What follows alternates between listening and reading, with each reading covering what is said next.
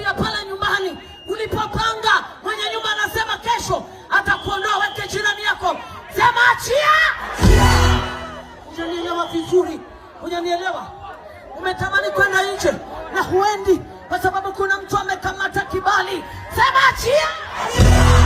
Bado hujanielewa vizuri, hujanielewa vizuri. Umetamani hata kuolewa lakini nyanya yako ameshika ile neema, sema achia.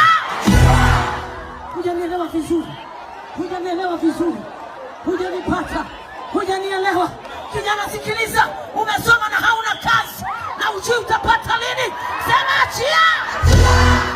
Mama, una watoto 3, umeachiwa na baba amekimbia, sema achia. Hai, hujanielewa. Ni mrembo lakini hakuna mtu anakuona, ni mzuri hakuna mtu anakuona, sema achia. Hai,